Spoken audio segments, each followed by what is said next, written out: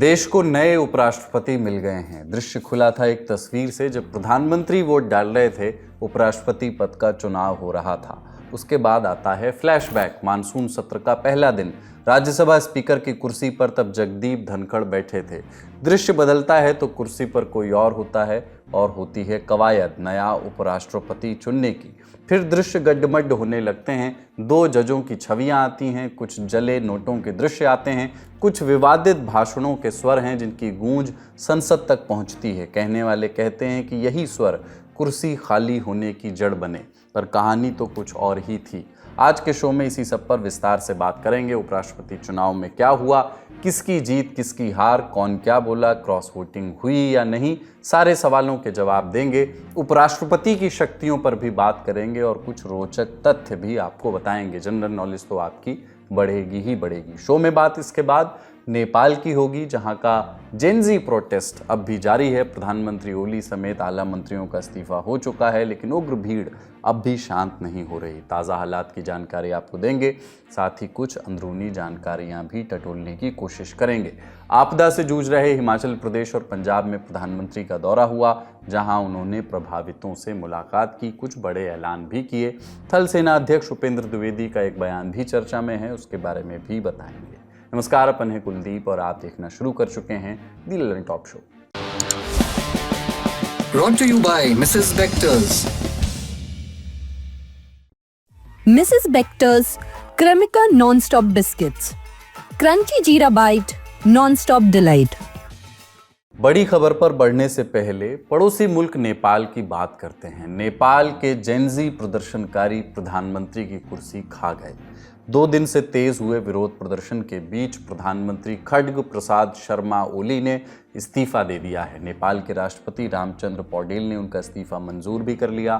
इस्तीफे में ओली ने लिखा कि मैंने संविधान के अनुच्छेद 77(1)(a) के अनुसार आज से प्रधानमंत्री पद से इस्तीफा दे दिया है, ताकि संविधान के अनुसार राजनीतिक हल निकाला जा सके और देश में पैदा हुई असामान्य स्थिति के मद्देनज़र समस्याओं को हल करने के लिए आगे की पहल की जा सके।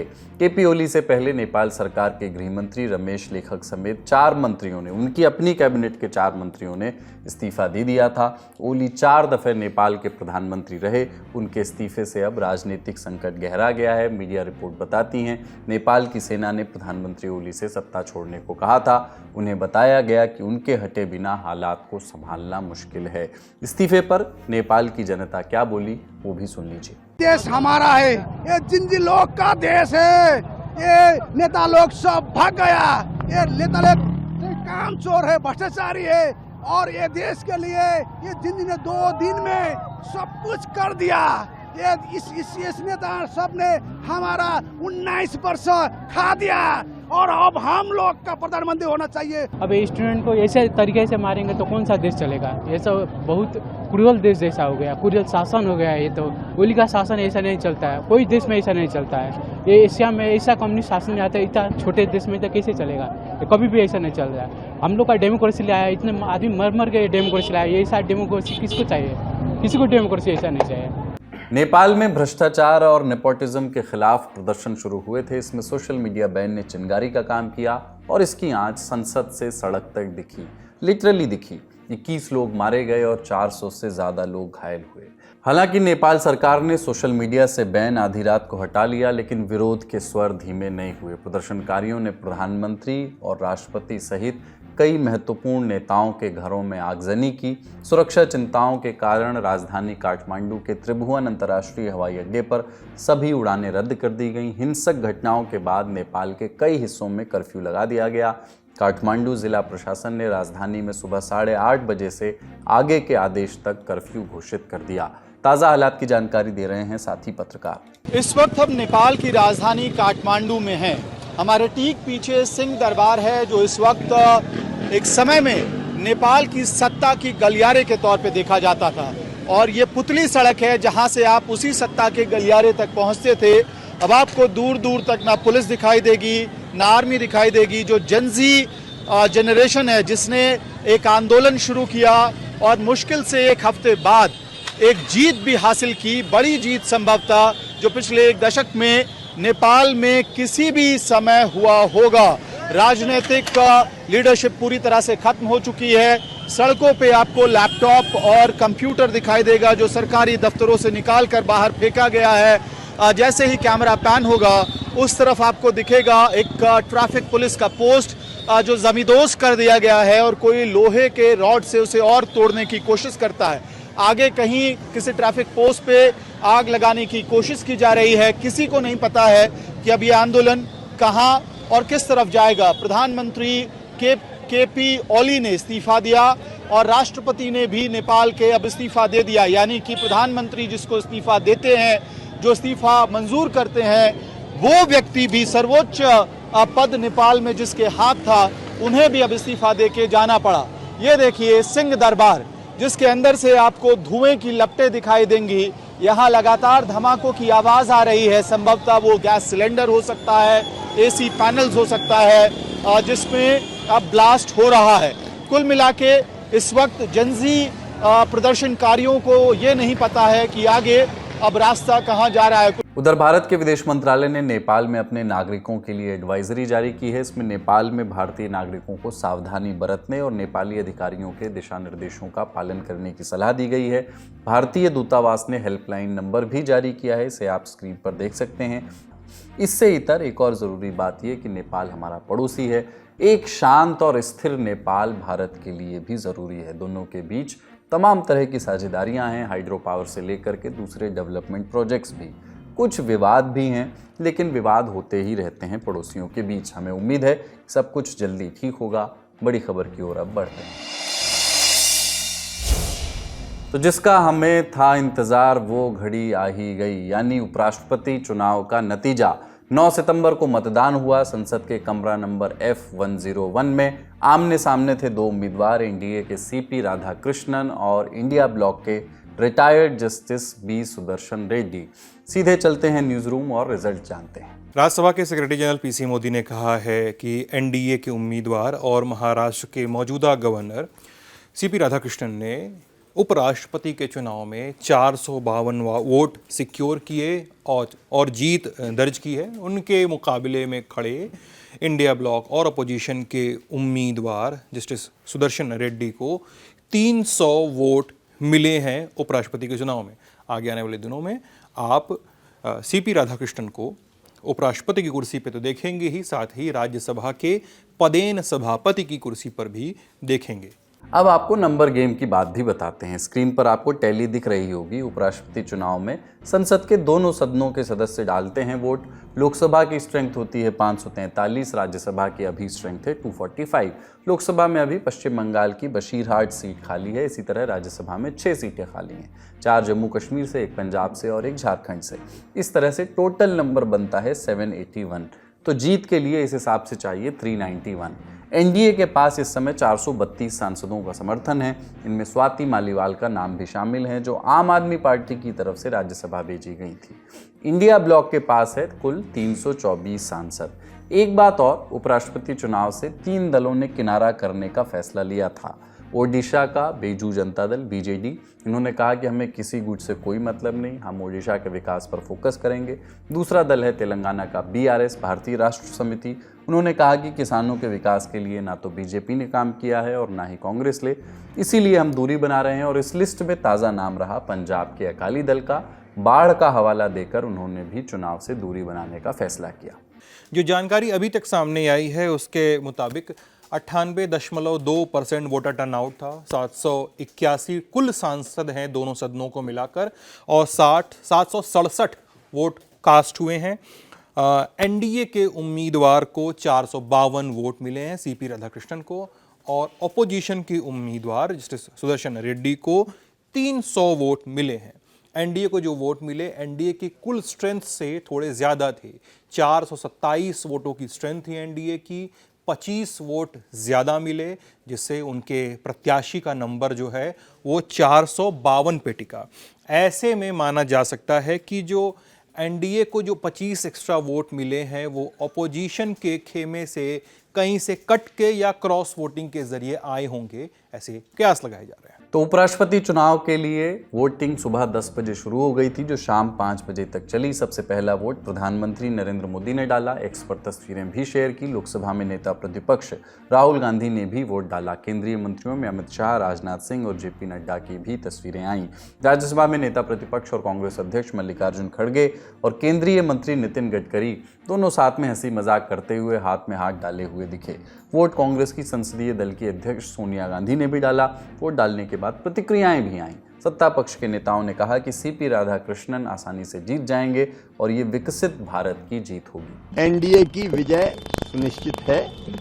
सीपी राधाकृष्णन जी नए उपराष्ट्रपति होंगे। फुल गारंटी है कि हमारे उम्मीदवार ही उपराष्ट्रपति बनेंगे, क्योंकि देखिए एक होता है कि उनकी अपनी भी जो ऑनरेबल सीपी राधाकृष्णन जी हैं, उनकी अपनी भी जो व्यक्तिगत कार्य हैं या फिर जो भी वो अभी तक अपने कार्यशैली में वो किए हैं, वो काफ़ी इम्प्रेसिव रहा है। हम लोग उनसे सिर्फ इसीलिए नहीं कि हम लोग गठबंधन में तो अपने उम्मीदवार को दे रहे हैं। महाराष्ट्र और गोवा के सभी एमपी लोकसभा और राज्यसभा के भूपेंद्र यादव जी के पास ब्रेकफास्ट करके इकट्ठा निकले हैं। 32 वोट्स है हमारे, हम 32 को वोट सीपी राधाकृष्णन को, एनडीए को मिले। विपक्ष की ओर से कहा गया कि ये विचारधारा की लड़ाई है, हम संविधान बचाने के लिए निकले हैं और ये चुनाव देश के ऊपर थोपा गया है। पूरा देश देख रहा है। भाजपा और प्रधानमंत्री ये बताएं कि अगर उपराष्ट्रपति पद का चुनाव बैलेट पेपर से हो सकता है तो देश के सांसदों और विधायकों का क्यों नहीं? अगर सरपंच का, जिला परिषद का चुनाव बैलेट पेपर से हो सकता है तो सांसदों और विधायकों का क्यों नहीं? एक तो मूल प्रश्न ये है। और जहां तक उपराष्ट्रपति चुनाव का प्रश्न है, कांग्रेस और समूचे विपक्ष के लिए ये संविधान की मर्यादाओं और परंपराओं की रक्षा की लड़ाई है। हमारे लिए ये लड़ाई केवल वोट डालने तक सीमित नहीं। ये संसद जो आपके सामने संसद का परिसर नजर आता है, इसकी मर्यादा और परंपराएं जो हैं, इसके मापदंड और मूल्य जो हैं, उनकी रक्षा की लड़ाई है। तो आपने मोटा माटी सत्ता पक्ष और विपक्ष की बातें जान ली। अब ब्रीफ में सीपी राधाकृष्णन और बी सुदर्शन रेड्डी के बारे में भी जान लीजिए। पहले सीपी राधाकृष्णन की बात करते हैं। पूरा नाम चंद्रपुरम पोन्नुसामी राधाकृष्णन। लंबे समय तक बीजेपी में सक्रिय रहे। तमिलनाडु से आते हैं। वहीं की कोयम्बटूर सीट से लगातार 2 बार सांसद चुने गए, 1998 और 99 में। पार्टी की तमिलनाडु इकाई के अध्यक्ष भी रहे। फरवरी 2023 में उन्हें झारखंड का राज्यपाल नियुक्त किया गया। इसी दौरान उन्होंने तेलंगाना के राज्यपाल और पुदुचेरी के उपराज्यपाल के तौर पर अतिरिक्त कार्यभार भी संभाला। जुलाई 2024 में महाराष्ट्र के राज्यपाल वो बनाए गए। 1957 में तमिलनाडु के तिरुप्पुर में जन्मे राधाकृष्णन ने अपने राजनीतिक जीवन की शुरुआत छात्र आंदोलन से की थी। आरएसएस यानी राष्ट्रीय स्वयंसेवक संघ के कैडर के तौर पर उन्होंने शुरुआत की। 1974 में भारतीय जनसंघ से वो जुड़े। 1996 में तमिलनाडु बीजेपी के सचिव बने और उसके बाद सांसद रहते हुए वे संसदीय स्थायी समिति कपड़ा मंत्रालय के अध्यक्ष भी रहे। 2007 में जब तमिलनाडु बीजेपी के अध्यक्ष बने तो 93 दिन की एक रथ यात्रा निकाली। 19,000 किलोमीटर लंबी इस यात्रा में आतंकवाद और समान नागरिक संहिता जैसे मुद्दों को उन्होंने उठाया। अब बात उनके खिलाफ चुनाव लड़े retired justice B Sudarshan Reddy की करते हैं। आंध्र प्रदेश से वो आते हैं। वकालत की पढ़ाई की उन्होंने। एलएलबी की डिग्री लेने के बाद 1971 में आंध्र प्रदेश बार काउंसिल से जुड़े।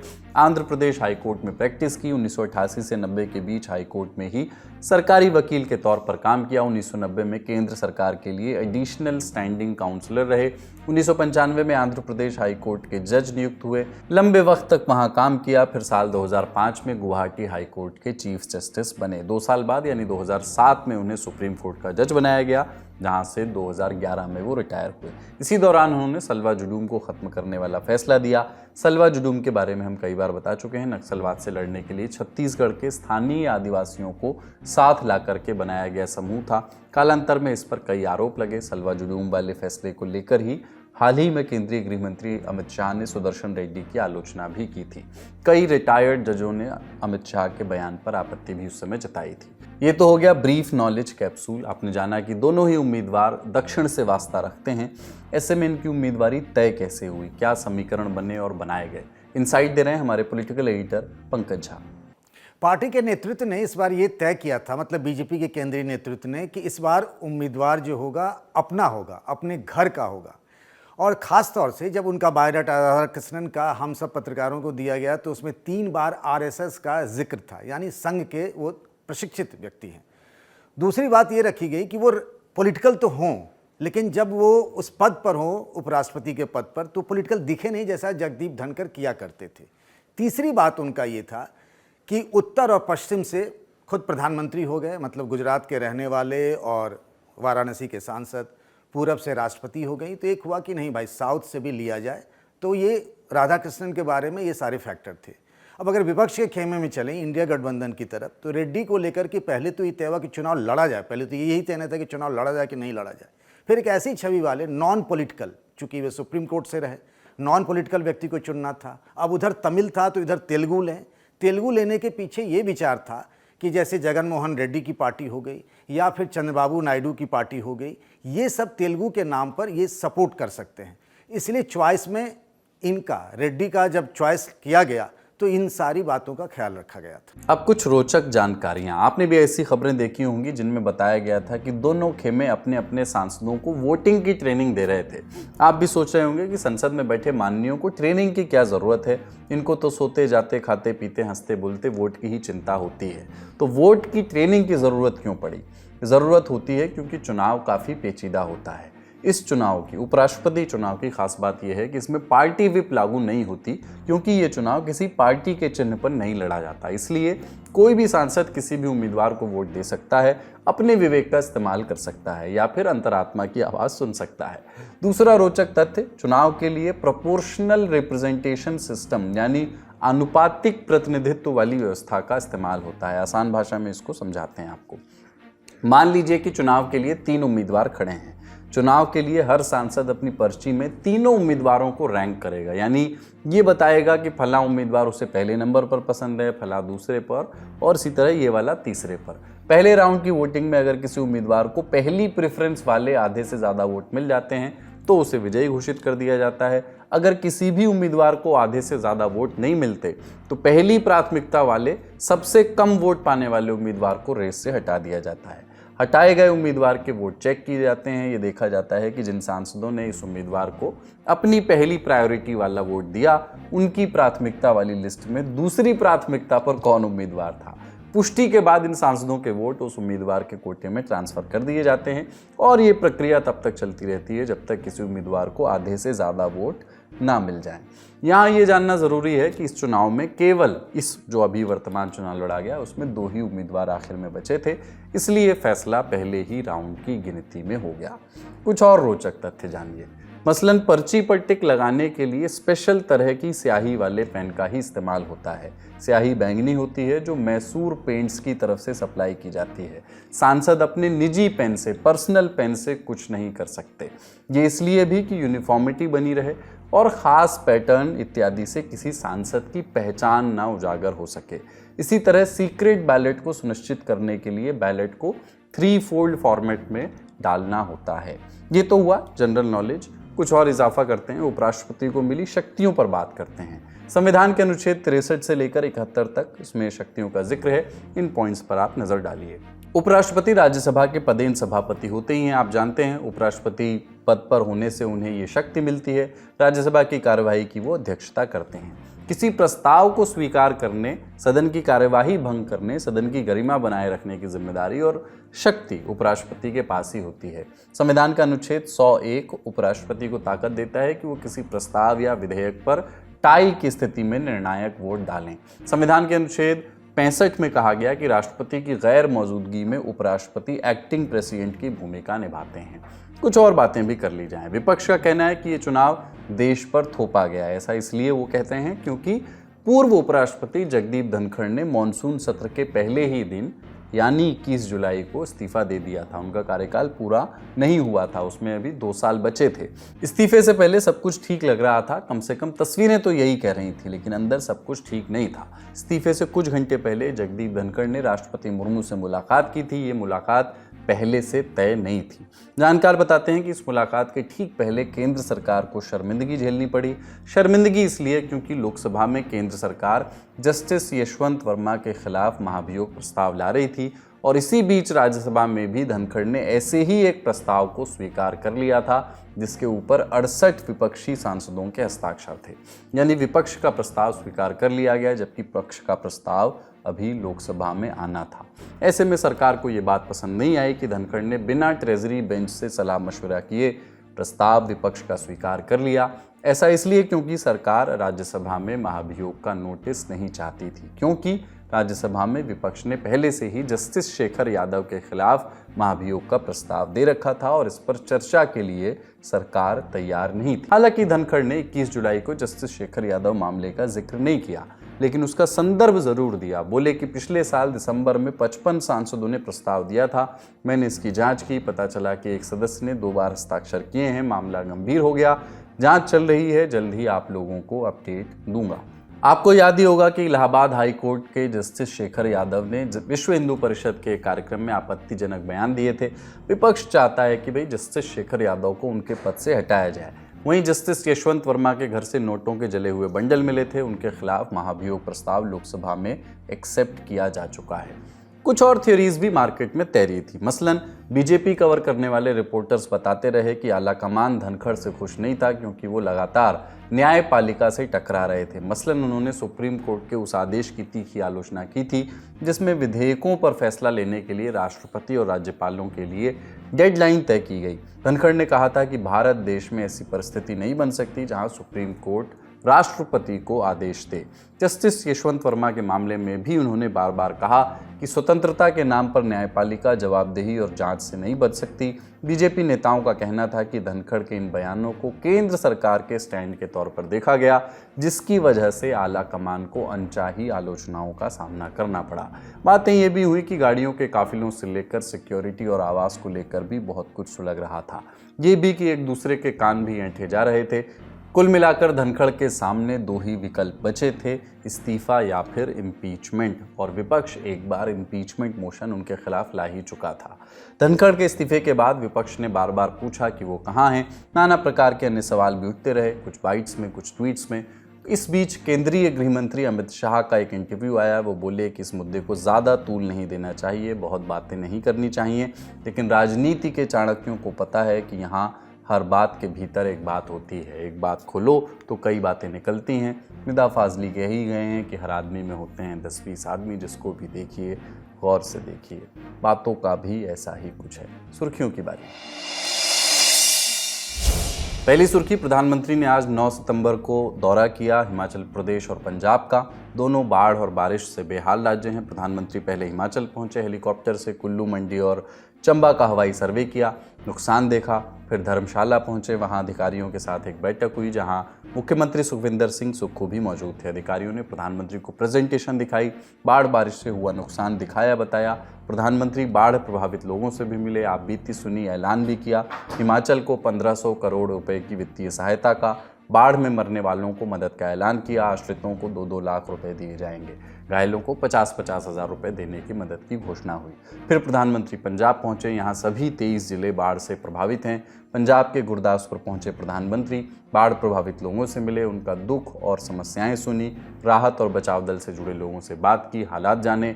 बाकी पंजाब के मुख्यमंत्री भगवंत मान बीमार थे, उनकी तबीयत ठीक नहीं थी, तो वो खबर आई, जिस कारण वो प्रधानमंत्री मोदी के साथ बैठक में हिस्सा लेने नहीं पहुंचे। अगली सुर्खी भारतीय सेना प्रमुख जनरल उपेंद्र द्विवेदी से जुड़ी है। उन्होंने आज यानी 9 सितंबर को दिल्ली में ऑल इंडिया मैनेजमेंट एसोसिएशन के कार्यक्रम में थल सेना की भूमिका पर बात की। वो बोले कि युद्ध के दौरान जमीन पर कब्जा ही भारत में जीत का असली पैमाना है। ऐसे में थल सेना की भूमिका हमेशा सबसे अहम होगी। सेना प्रमुख ने ऑपरेशन सिंदूर पर भी बात रखी। वो बोले कि लोग पूछ रहे थे कि ये इतनी जल्दी कैसे खत्म हो गया, जबकि हमें यानी सेना को कोई अंदाज़ा नहीं था कि ऑपरेशन कितने दिन चलेगा। युद्ध हमेशा अनिश्चित होता है। इस कड़ी में उन्होंने रूस, यूक्रेन और इराक, ईरान के बीच सालों तक चले संघर्ष का उदाहरण दिया। आज का ललन टॉप शो यहीं तक। अपना और अपनों का ख्याल रखिए, देखते रहिए दी ललन टॉप। शुक्रिया, शुभ रात्रि।